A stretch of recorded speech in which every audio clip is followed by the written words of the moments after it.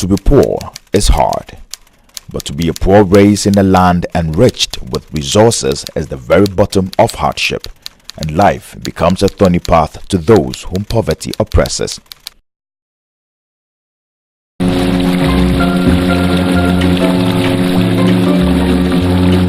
The Amansule River in the Western region.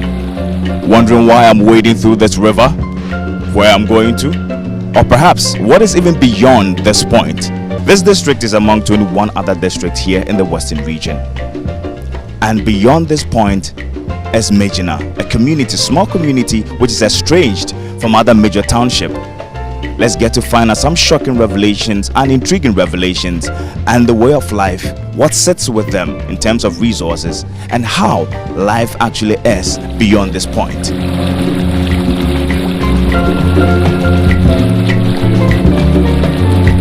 The sweeping vegetation that stretches across the Amansule River to the far side of Insulezu is a vast and rich land with a small number of people living on it.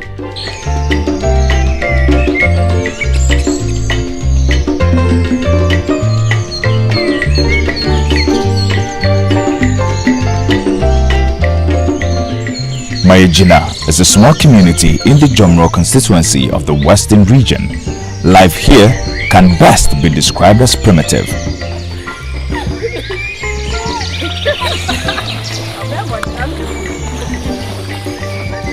We spent half an hour fording to the bank of the river. At the river bank, we were informed by the young man who brought us with a canoe that we had to walk about 30 kilometers through the forest before getting to the community.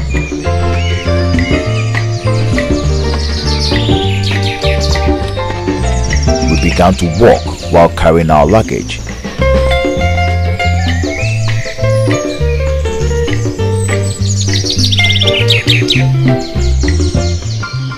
It got stressful as we covered more ground.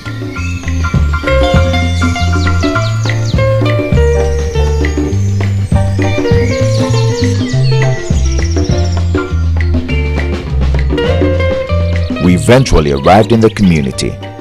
To my utmost surprise, it looked bleak and desolate.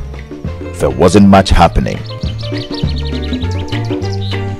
and the settlement layout was cluttered and built with mud, while a few were partially plastered with cement. When the locals noticed our presence, they curiously stared. It was heartbreaking to see the elderly walking unsteadily towards us and stopping in mid-strides, while the kids also faltered due to sickness which could clearly be seen on their faces.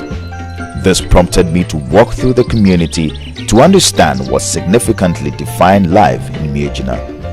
It was extremely easy to walk the length and breadth of the community without missing our way due to its small size. We discovered that potable water, electricity, healthcare facility, and schools were all non-existent. Shocking, the only structure in the community that was used as a school was in a deplorable state.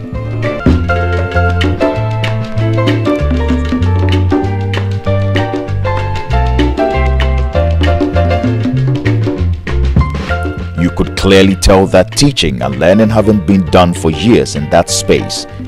We were told it was abandoned by pupils because their parents couldn't afford to pay 1 cedi a month as tuition fee.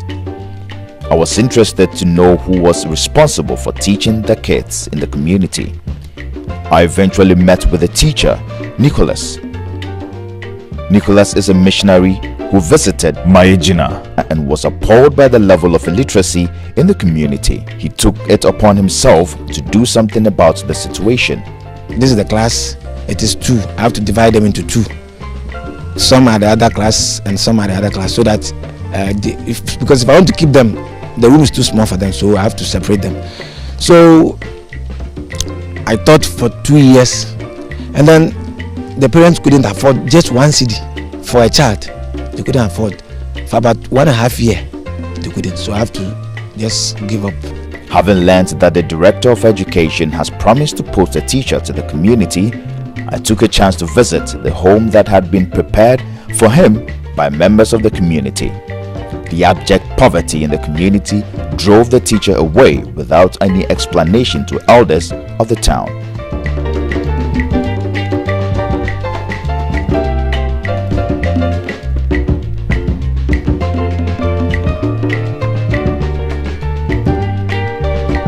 This daunting situation about the lack of education amidst other imminent issues such as poor roads, proper healthcare facility, has been the heartache of the chief in the land.